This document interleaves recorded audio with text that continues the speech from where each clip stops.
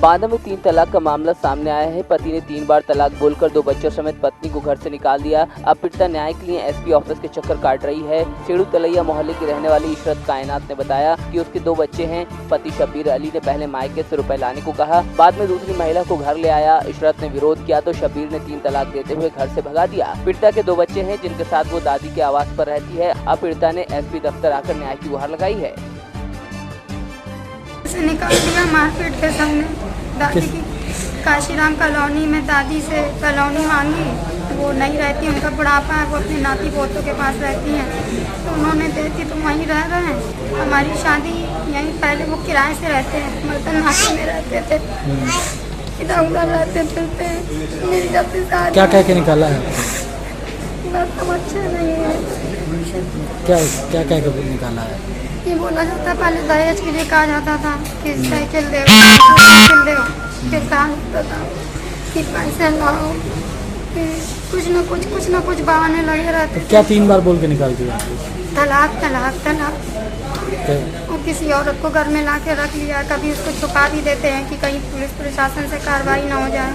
अभी हम काशीराम कॉलोनी में रहते हैं, अपने दोनों बच्चों को लेके, थोड़ा बहुत पढ़े लिखे तो घर में अपना ट्यूशन पढ़ा लेते हैं, जो मिल जाता है उसी में बच्चों की परवरिश कर रहे हैं, भले ही ना हो पाए लेकिन कर रहे हैं। बांदा में नवरात्र के चलते अलर्ट जारी किया गया है। सार्वजनिक स्थलों पर पैनी नजर रखी जा रही है, लिहाजा डॉग स्क्वाड ने कचहरी और न्यायालय परिसर में चेकिंग अभियान चलाया। इस दौरान संदिग्ध सामान को चेक किया गया, कूड़े के ढेर और वाहनों की भी चेकिंग की गई। अपर पुलिस अधीक्षक एलबी के पाल ने बताया कि पूरे नवरात्र में अलग अलग स्थानों पर यह अभियान चलता रहेगा। हमने 3-4 तरह से चेकिंग का अभियान शुरू किया है।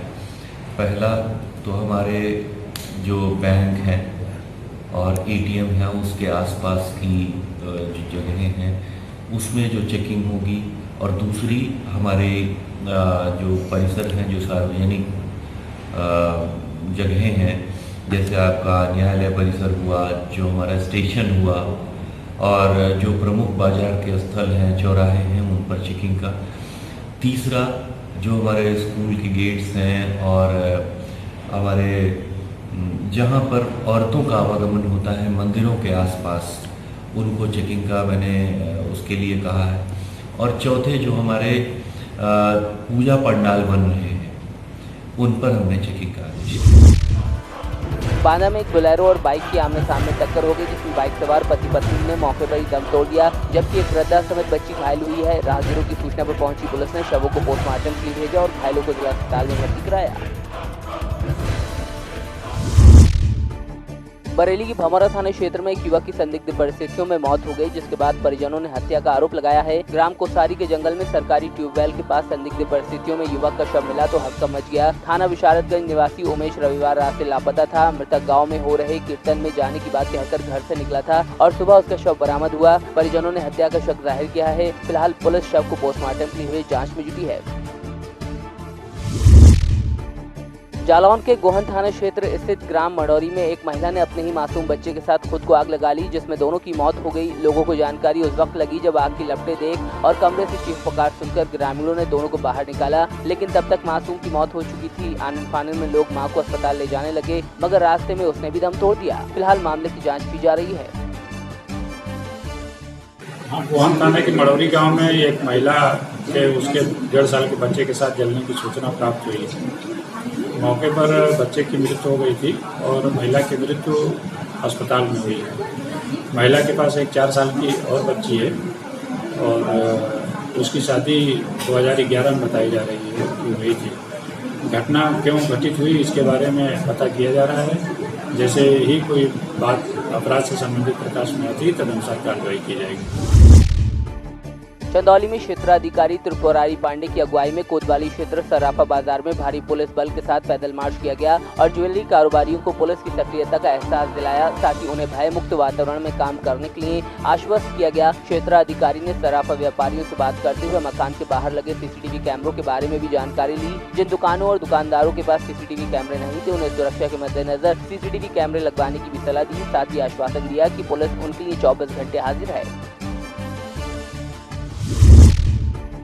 एटा में बिजली विभाग की बड़ी लापरवाही खुलकर सामने आई। विभाग की लापरवाही से जनपद में 6 माह के भीतर ही आधा दर्जन से ज्यादा लोगों की मौतें हो चुकी हैं। बावजूद इसके बिजली विभाग सुधरने का नाम नहीं ले रहा। ताजा मामला जलेसर थाना क्षेत्र का है, जहां बिजली लाइन का हाई टेंशन तार टूटकर जमीन पर गिर पड़ा, जिसके चलते वहां खेल रहे 8 बच्चे करंट की चपेट में आ गए। सभी बच्चों को ग्रामीणों ने जलेसर अस्पताल में भर्ती कराया, जहां 5 बच्चों की हालत गंभीर देखते हुए उन्हें SN medical college Agra refer किया गया, जबकि अन्य 3 बच्चों का इलाज सीएससी जलेसर में ही चल रहा है, जिनकी हालत फिलहाल सामान्य बताई जा रही है। ऐसा है, तारों की जर्जर हालत है, इसलिए और आए दिन तार टूटते रहते हैं और वो आए दिन तार टूटते हैं, इसी वजह ये हादसा हुआ है। तार कैसे टूटा था? तार वो लोहे के तार पड़े हुए हैं जो आए दिन टूटते रहते हैं, वो इसी वजह से तार टूटा है, लोहे के तार है इसलिए। कितने लोग घायल हुए हैं? 8 लोग। 8 लोग। दौलतपुर गांव है, जिसमें 11,000 की लाइन थी। उसकी बताते हैं कि तार टूट गया, तो उसकी रिपेयरिंग के बाद जो है दोबारा फिर टूट गया। उसमें जो है लगभग 8 बच्चे जो है चपेट में आ गए थे, जिसमें से जो है 5 बच्चे जो है रेफर कर दिए गए आगरा के लिए, और बाकी 3 एक प्राइवेट में है और 2 सरकारी हॉस्पिटल में ट्रीटमेंट चल रहा है, जो ठीक है। बुलंदशहर के खुर्जा में श्री रामलीला महोत्सव के चलते भगवान राम की वन गमन यात्रा निकाली गई। वन गमन यात्रा गंगा मंदिर से निकाली गई, जो नगर के तमाम रास्तों से होती हुई रामलीला मैदान जाकर समाप्त हुई। वन गमन यात्रा का लोगों ने फूल बरसाकर स्वागत किया। जगह जगह राम लक्ष्मण और सीता जी की आरती उतारी गई। खुर्जा में श्री रामलीला कमेटी के बैनर तले चल रही रामलीला में भगवान राम की वन गमन लीला का आयोजन किया गया था।